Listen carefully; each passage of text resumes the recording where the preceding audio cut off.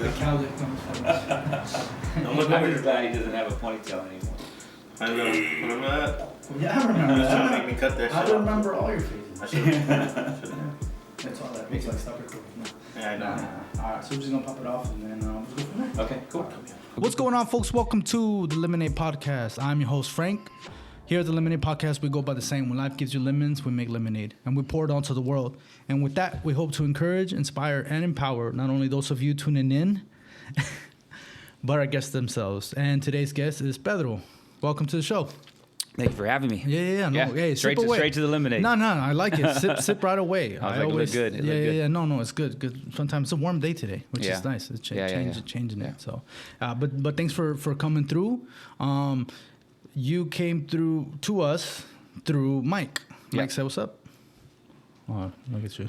What's up, guys? Slow on the mic. Mike is slow on the mic. What's up, guys? That's him. Oh, yeah? That's him. He's There slow. it is. Yeah. So, real quick, Mike is here today, which is great. So, thanks for being here, Mike. And also, Matt, as always, is here. So, Hello. there he is. What's up, Mike? Yeah. So, Pedro, where are you from? Originally Bakersfield, California. Okay, Central Cal. Cal. Oh, yeah. I've been there. Yeah. All right. I'm going to reserve my comments about No, Bakersfield. don't. No. You're the first person that said they've been there. Usually people say they passed through. No, I passed through. I've been there, and I went to Bakersfield, and it's I'm not mad at Bakersfield, but the reason why I went was because I had to go. I went to the DMV one time here in San Diego. I had to renew my license, or I forgot what it was, and then they said, "Hey, your license is suspended." I was like, "Wait, what? Why?" "Well, you have an outstanding ticket out in Bakersfield." I'm like, "I've never been in Bakersfield." They're like, "Well, you got to go talk to them about that." I was like, I didn't even know the process. I ended up going. All I had to do was tell the judge, "Hey, this is me. I signed something." And he was like, "Oh, yeah, that's not you. It's a different." Trust me, my first name is Juan. I go by Frank because I've always gone by Frank since I was as a baby. But my, official documents and all that stuff, people are like, "Oh, it's super common." So I don't know how that got mixed up with my own stuff and all that. But yeah, I just went to Bakersfield to show them my ID and my signature and just to get off. That was it. So, but yeah, that was my only real memory of Bakersfield. Got it. So it's big on Hulu right now. Colin Kaepernick's doing a show on Hulu about how violent it is in Bakersfield, Kern County. Okay. Yeah. Is he from Bakersfield? No, but Bakersfield's just bad, man. It's just bad. Why is Colin Kaepernick? I guess he's got his own production company or something now, and he's focusing on like police brutality. Okay, gotcha. Yeah.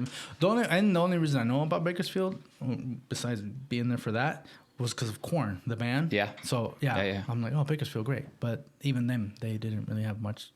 Oh, Korn's huge. Oh yeah, they are. But they all live in LA now. They're like. But everything happens up there in LA as far as the, music and all that stuff. Sure. So yeah. So you were in Bakersfield. How long were you there before you came out to SD, or did you venture somewhere else? Yeah, I got away about 12 or 13 years ago. Came down to San Diego. Never looked back. You know? I mean, I don't blame you. Yeah. Shout out to Bakersfield. That's all I'm gonna say. That's all you got to say. I don't know Bakersfield. So it shaped me, man. I mean, okay. it's crazy. It really shaped me for who I am today. Good. Growing up over there. Yeah. No, I like it. I came to San Diego when I was 15 from LA, the San Fernando Valley, before Mike says anything. And I say I grew up in San Fernando Valley, but I did my growing up here in SD. Got it. You know what I mean? So both places, that's why I have it tatted on me, LASD, because both places mean a lot to me and stuff. So, for sure. Yeah. Growing up there, what was it that I would say, when you talk about being shaped by Bakersfield, was there something in particular that really stands out for you? Man, I mean, everybody talks about Bakersfield being, a bigger city with a small town mentality. Mm-hmm. But growing up there, I didn't know really what was going on until after I left there. Oh, okay. Man, it's like after I left, then I realized how bad it was really. Yeah. Because growing up there, it just was part of life. Yep. I was into skateboarding, which was cool. Kind of kept me out of trouble a little bit, and then started driving. Got into the low riding scene. So nice. I used to, I was into the low riding scene for quite a bit. And that's more of when, growing up, I always had problems with the cops.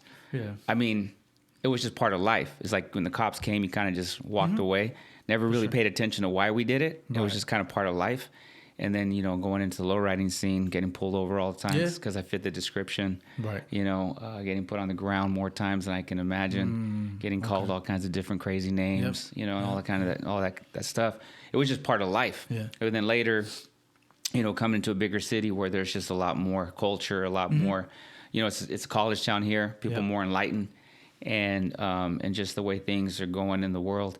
I started realizing, like, man, you know, that wasn't supposed to be normal, and it was normal for sure. Yeah, you know, in Bakersfield it was pretty bad. And then, you know, getting over here, big reason why I came over here is want to get my kids away from all that from the Bakersfield scene. Yeah, for sure. Yeah. I hear you on that. You know, the normality of you know, so our environment sometimes being violent, and we're just like, oh, it happens. Yeah. Cool. I'm around it. It doesn't affect me. You know, it does create a certain thickness to, you know, the skin. Yeah. You know, going through it as part, you know, when it comes to life, which is great. It just makes you stronger and more, what is it called? Resilient. For sure. Yeah. You know, especially when you see some shit popping off, you know how to react a little better. You're not so reactive. You're more like, okay, let me assess the situation a little bit more. Yeah, well, I mean, that and you're kind of looking over your shoulder a little bit more than being relaxed. And I guess that keeps you out of trouble sometimes. It kind of sucks. But, you know, you see people that get in trouble that don't grow up that way. And you kind of like, well, why did they put themselves in that situation? And it was because they were kind of more privileged, and they didn't have to look over their shoulders all the time. For sure. Where you're kind of like, hey, like I'm in a bad situation, or I shouldn't be here, or, you know, let me lock my door. You know, and other people are just kind of thinking they can just be wherever they want to be. Which is their reality, their normality. Yeah. Like it was normal to them to leave the door open or not worry about this, that, and the other. Where you're like, where I come from, it's you can't do that, bro. yeah, like, for sure. Yo, like. What, they haven't stolen your shit yet? Like, but you can curse on this, by the way. It's fine. Shit, fuck, all that. Right, Mike? Wake the fuck up. And I was like, he's zoning out. Yeah. Oh, yeah. Anyway, was any of that part of that you use today in what you do in your art? Like, you take that, maybe the emotion, the experience, and you try to, like, hey, let me put it into this. Because I know a lot of people do that. Yeah, you know yes and no. Yes and no. I mean, directly, no. And I thought a lot about that the last few years. You know, what happened in 2016, that was just horrendous. So ever since like 2016, and a bunch of stuff that was going on, I started thinking a lot about that. Because, you know, when I was in Bakersfield, and when I was younger, when I was in college, my art revolved around what was going on in the world. A lot of racism, you know, just police brutality, you know, the Rodney King stuff that happened when I was in college, and then so in 2016 when we had that horrible thing going on that started when we were elected that person. Yeah, I hear you. I started thinking a lot about, you know, why is my artwork not reflective the way it used to be of what was going on in the world? Okay. I was a lot more political back then. So I started thinking a lot about that. And I realized that because I was more aware of what was going on around me in the world, my art became something that was an escape from that versus... So, you know, I hear you. Versus doing something the way I used to, where I was trying to figure things out. You know, I was trying to figure shit out when I was in college. Like this is crazy, you know, what's going on, and my art was reflective of that, of who I was becoming, you know, and now it's more of, I talk about it a lot more. You know, when I work with young cats like Mike and stuff like that, who are kind of lost out there in the world. Mike is. And they're looking to me to give them answers. Yeah, for sure. So I talk a lot more about that kind of stuff. It's something that I'm expressing through my words. And then when I go home or I want to do some artwork, my art is more now like, let me get away from all that. Yeah, no, it's an escape from your reality. Yeah, exactly. Which is good, because it's you know, as great as being able to express that, have that voice, political or not, it's you know, it's just a voice for injustice. Yeah, for sure. You know, you're like, hey, this is my contribution to this movement. You know, your frustration, your experience could be put on that, but also, you seem to try and get away a little bit more just so that I can, you know what? There's also this other side of the world, and there's also side of me, the artist, where it's like, hey, Pedro, bro, like I'm into lowriders, I'm into skateboarding, like this is me, so I'm gonna give you, you know, as much as I can. I believe as an artist, and me personally speaking, I have that duality as well, where it's like it's also kind of like a duel between them because I'm like, oh, let me give you the stuff that I really feel that's deep, that's dark, that, you know, just that I normally on a daily day don't express. Here you go. Opposed to, let me give you something different that is also a part of me, you know, just so you get to know both sides or, you know, multiple sides of me as an artist. I mean, that's pretty deep. I try not to be that deep. I think I get scared sometimes because I feel like I'm deep in myself. And, but whenever I talk about my artwork, I'm kind of just like, hey, you know, it is what it is. I'm kind of there because, you know, like I said, I just kind of like to just veg out sometimes and just do my work. Yeah, and you're human, you know, and then that shows a lot. And the fact that you say, you know, you're like, oh, I'm not trying to go that deep with it.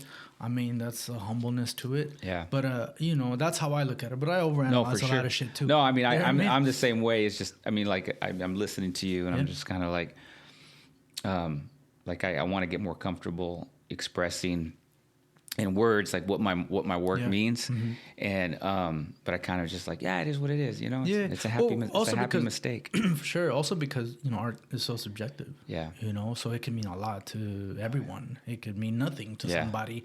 You know, at the end of the day, if you're doing it for you and what you feel is gonna, you know, you're gonna feel and put it out there, then that's it. You know, however anybody else takes it, they could take it as offensive. They could take it as a release for them. They're like, this is the voice. This is exactly what I feel. Then it is what it is, like you said. So it's almost at face value at times. Yeah, good stuff. So how long have you been, you know, into the arts or like, you know, drawing and? Well, let me see. I just remember my earliest memories. I remember I ran for. I wanted to be treasurer. Yeah, I wanted to be treasurer when I was in elementary school. And my mom helped me make the posters. Okay. And she was drawing, and my mom was just drawing these really cool characters. Was she into arts as well? You know, my mom's family is very artistic. My mom's side of side of the family. That's dope. Yeah. She just drew. She never really was necessarily artistic, I guess. But I just watched her draw. I was like, man, I want to do that. And I just remember that in my head. And then when I was in junior high, I used to draw a bunch of like Care Bears and stuff like that for girls. And that's what I'm talking about. Yeah, so I remember like going, hey, this is cool, man. Like girls like this kind of stuff. Oh, they do. So then I just kept drawing like the Care Bears and giving them out to people. And so that was like, I think my earliest memories of just sitting there and drawing stuff for people. And then I got into skateboarding, and I remember just picking up a camera and just started taking pictures. Nice. Yeah. And so I started liking the photography thing. Yeah, shout out. And shout out to all the photographers. No. And so when I was in high school, I had an opportunity to move high schools. And I purposely went to the high school that had the photography courses in the dark room. Yeah. And so I was really deep into photography. And then when I went to college, I continued down the photography path. Okay. And one of the professors was like, "Hey man, like I really like your photography. I like what you're saying with it. Yeah. Have you ever thought about, you know, taking a drawing class?" I was like, "Nah, you know, I used to draw when I was a kid." Yeah. And then he wanted me to take a drawing class, and the rest is history. Yeah, I mean, I don't draw. I can draw. I can barely write my own fucking name. That's why I always say, man, I take pictures. You know, and then I always say everybody can draw. You know, I mean, it's just up to you if you want to do it. If that's how you want to express yourself, right? You know, just do it. It reminds me of this. I think it's Talib Kweli said it in one of his albums. It was African proverb: if you can talk, you can sing. If you can walk, you can dance. You know, it doesn't have to be exactly the best dance, but hey, sure. You know, you're expressing yourself, and I feel like you've done that a lot with every medium that you took, whether it's drawing, photography, skateboarding, you know, even through word, you know, expressing yourself, your experience, and you get to teach, like you said, these young cats that are lost in this world, like Mike, no guidance, like that's what we do for them, right, Mike? Yeah. How dare you, sir? We're gonna keep that one as a soundbite. So be careful what you say, Mike, because we're gonna use you throughout this whole fucking. No. But You know, it's dope. It's dope to meet someone like you that comes with such a background from that. And you may, I don't know if you see it that way. Like you said, you're like, I don't think about it like this. It is what it is. But it's so many layers to that. Yeah. You know, the expression. You know, you talking about social injustice. You know, talk about just lowriders. You know what I mean? The culture, like those type of things. Like you're so very well rounded, and you get to just express it. Like you took upon yourself to do that. Like, hey, I'm just gonna talk about everything that's about me, and it's great to see that. You know, because I don't maybe I don't see it, but not a lot of people can even handle so much at the same time.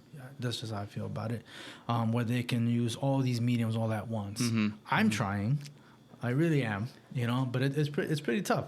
But it's more rewarding than anything at the end of the day, because from photography to the podcast and everything that we do, getting creative here, it allows me to stay in that creative space.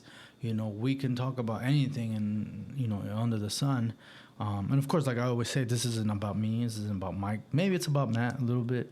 But it's mostly about everybody that's on the show here today to showcase your art, you know, what you do, the message that you may have, whatever it is that you want to obviously say today, you know what I mean? So we can sit here and be like, oh, showcase Pedro with his art, whether it be this medium or that medium. You know what I mean? So here's your shot, your opportunity to tell the world. No, but it's good to have you on, man. Appreciate it. No, I appreciate it because it opens me up to this whole other world of culture. Keep talking. Just letting you know I have a question. Okay. Matt has a question. Oh, good. Yeah, taking questions from the audience. Yes. Since you've worked across so many different types of media, what have you found to be your favorite so far? Oh man, like I really honestly don't have a favorite. It just really depends on the day. It really depends on the day, because if I get done and I'm like, man, that really came out cool, and it was pencil, and then that day was my favorite was pencil. But I like that. Yeah. It keeps you more present. Yeah, I just enjoy it all. Good. All right. Yeah. Do you have a least favorite? No. Well, do you have one that's like more of a challenge, I would say? Or everything? No, well, I've done some stencil art. Okay. And I really, really like stencil art. But it's time consuming to sit there with that razor blade, cutting out all that stuff. So, but the cool thing is I allow myself to get lost in that, or I allow myself to get, I guess frustrated, because, when years ago when I was in college, I came up with this, I found this philosophy or this idea of their saying of when you're lost, you're still somewhere, right? Okay. And take a step around, take a look around and see where you're at. Yeah. And you might just like it, or you might decide I never want to go there again. So there's work that I do that is a direct result of the fact that I'm too lazy or impatient to sit there and cut every piece out of a stencil. So from that directly came some other stuff that I do that is inspired by stencil work. Gotcha. But it's not stencil work, right? Because I just can't sit there just cutting out pieces. But I love stencil work. I love when I see, pieces that are done and they're intricate stencils. Yeah, for sure. Yeah. It's always good, to challenge yourself, even in your own realm. But the fact that you make something out of that was great. I mean, well, you know what? I love it, but I just can't do it to that extent. Yeah. But I got this, so it's good that you found something. Yeah, I like what you said about being lost and still being somewhere. I heard that being lost is it's a good way. It's a good place to start. Because now you're like, oh, I could go anywhere. I could go left, right, wherever the fuck. As long as you don't give up, man. You just got to keep going. For sure. You make the wrong turn sometimes, and just gotta correct. Yeah. So let's talk a little bit about your boards. So you're talking about skateboarding. Yeah. Do you still skateboard? I have a skateboard. I don't as much as I used to, because I'm like, I don't want to be that guy that breaks my leg and then I got to go to work and tell everybody or I can't work because I broke my leg. But just tell somebody you got in a fight. Could happen. Skateboarding, man. I started skateboarding when I was in junior high, and like 7th grade, and till I was about 21 or so. Okay. Like actively, all the time. Yeah, getting it in. And nice. So it's still a big part of who I am. Okay. I mean, as far as I feel like I can still relate to that community, Right, to right. those guys. You know, I mean, I still love it when I see people skating out in the streets. Like Sure. I stop and watch. Yeah. But so my skateboard art is kind of just because there's a piece of me that still love that part of my, like the Right. freedom that came with it. I was never into organized sports. Like I love baseball. We grew up as kids, like the whole Sandlot thing, big time. Oh yeah. Love sports and growing up, but I could never be into like organized sports. I didn't like people telling me what to do. So skateboarding was cool. Do you have a favorite team? Baseball? Yeah. Oh yeah. Who is it? Dodgers, of Oh, course. there you go. Dodgers. Uh-oh. Matt, you got a comment? I'm just saying. Uh-oh. Hey, can you please let them know how you're also a Cowboy fan? Oh. Oh yeah. Cowboy fans, cool. Were you a Cowboy fan? And I asked this because my boy, I mean, everybody in the early '90s was a Cowboy fan. It's like for a while everybody was like a Patriots fan because there was just America's team. They were winning. Like San Francisco was a same thing, Huge, right? yeah. I'm surprised you're not a San Francisco fan. Well, yeah, and people Or- say that the California teams, right? The California teams, especially being in Bakersfield, it was big Raiders, big San Francisco. Raiders. Because the Raiders were either in San Francisco or in L.A. Yeah, they are. But no, my family's from Tejas. So, Okay. Yeah, so. There you go. Yeah, I know some. Actually, it's funny because I know someone who was a Lions fan from Cali, San Fernando Valley. Actually, shout out to my boy Garcia. I served with him in the military, but he was a Lions fan, and I was like, it didn't make sense to me. He said the reason why was because I forget who the player was. He used to play for the Rams, and then he moved to the Lions, so he followed the player. Got it. And that's how he became a Lions fan. Yeah. And the Lions, that's a whole other let down. Just gonna put it like that. Anyway, I don't have a team anymore. The Chargers left, and yeah. Anyways, that's about it for that. But back to your skateboard art. I feel like you still, like you said, you still got it in. You still have a piece of that with skateboarding. Is that why you kind of kept that? Like, hey, I'm a fan of the sport. Let me still make my contribution. I mean, that's how I see it. Yeah, I just, back in the days, that was cool, man. Like, there was some skaters that I liked a lot, like Mark Gonzalez, who was an artist, and he apparently still is an artist. Nice. But his boards, just like, I really liked the art of his boards.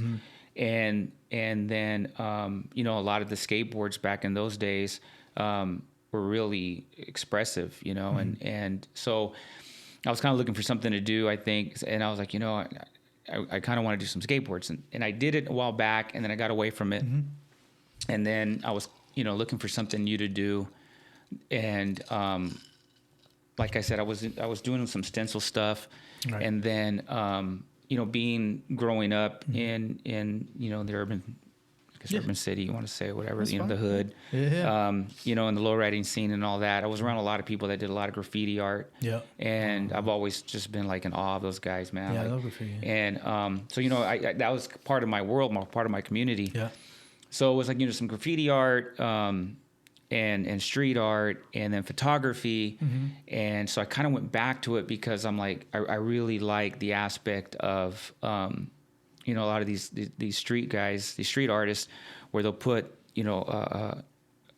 a paper image with the wheat glue and Okay. and yeah. so I'm like, I can do that, because I like photography. I'm gonna Right. get some of my photos or That's dope, yeah. or some of these things that on some Banksy shit. yeah, but I'm like, I can put this on a skateboard. For sure. Yeah. So I started printing some stuff, manipulating it in Photoshop. I started forcing myself to be okay with Photoshop and Yeah, stuff. I And get it. because at first I was like, man, I don't want to do no Photoshop, and Right. but No, that's no. the same way I didn't want to do digital. When digital was, I was like, this is Right. BS. But so like I'm totally okay with Photoshop now, and so I started photoshopping some stuff, printing it out, gluing it on a board, and then doing some graffiti stuff on there, and it's just different things that I learned and I liked came together on the skateboards, and then it also allowed me to kind of go, okay.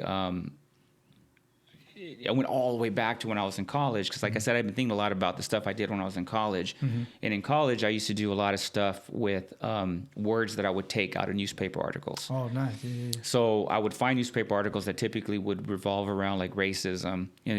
Those are in abundance. Right, yeah. And I would take those words out and then blow them up real big, and then put them together with images. Okay. Just to kind of show like this is what's going on. Right. And I was thinking a lot about that. So then the last skateboards that I was doing was I kind of incorporated that as well. So I would pick an image of, like Nipsey Hussle. Yep.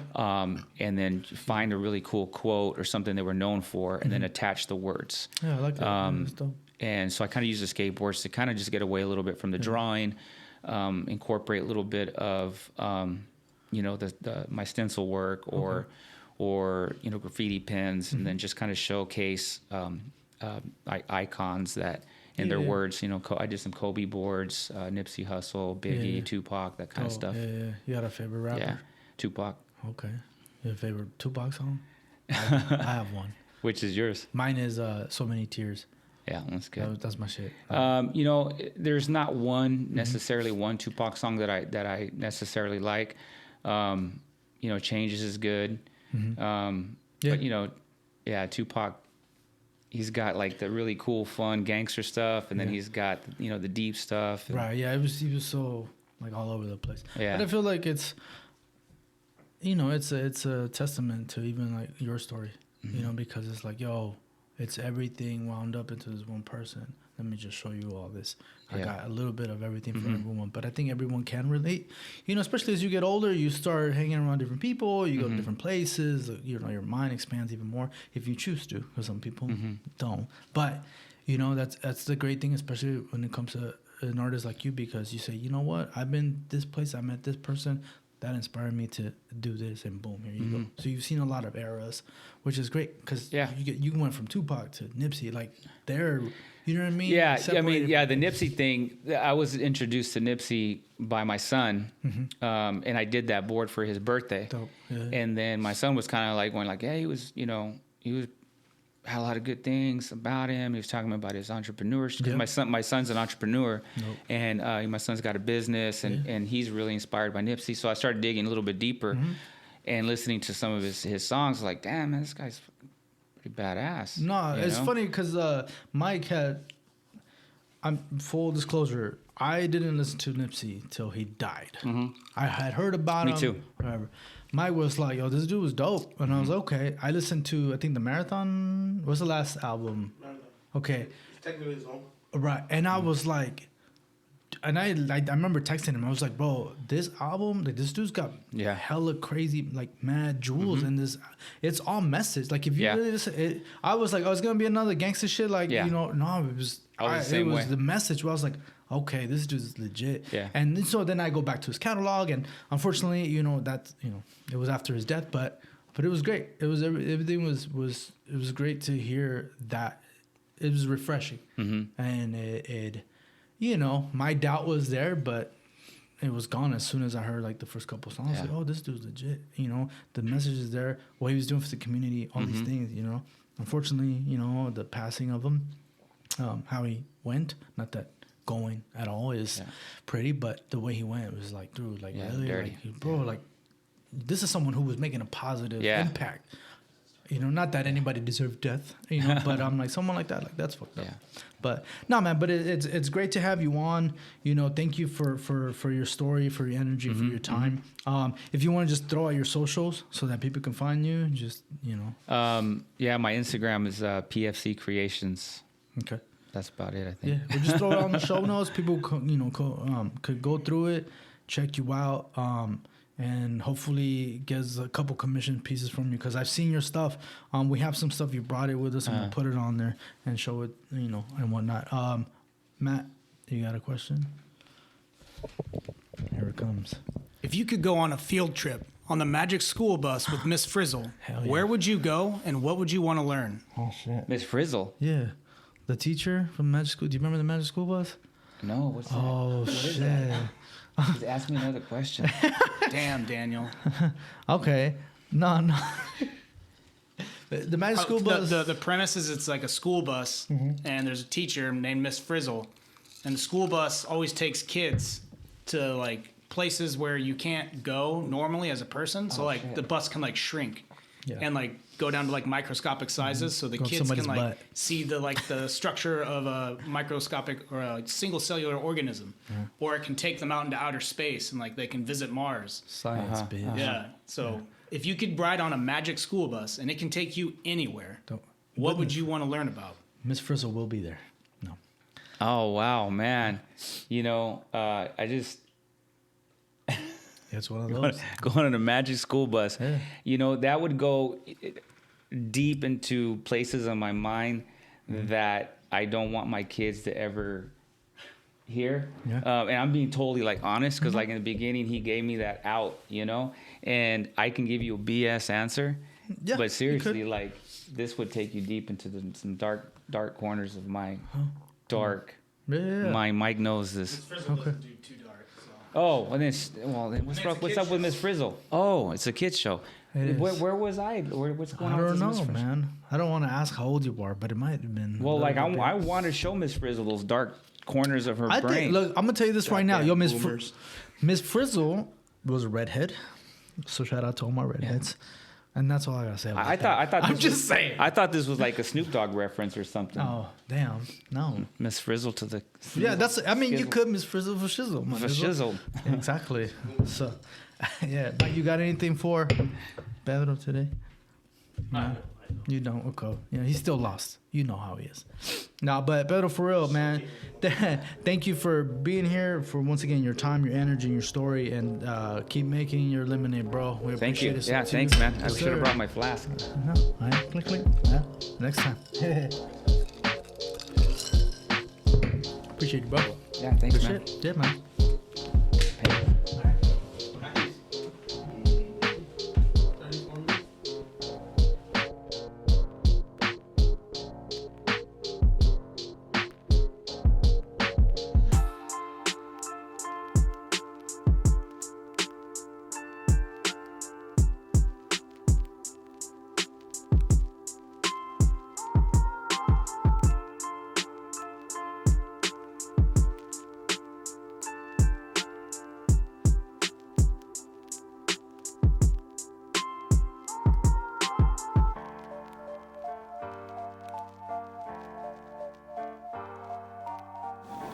Should be the light should be red. Yeah, it's recording now. I accidentally hit the button to play the intro, Oh, yeah. and I was like, how the fuck do you turn this off? Oh, you just gotta press the other button. Yeah.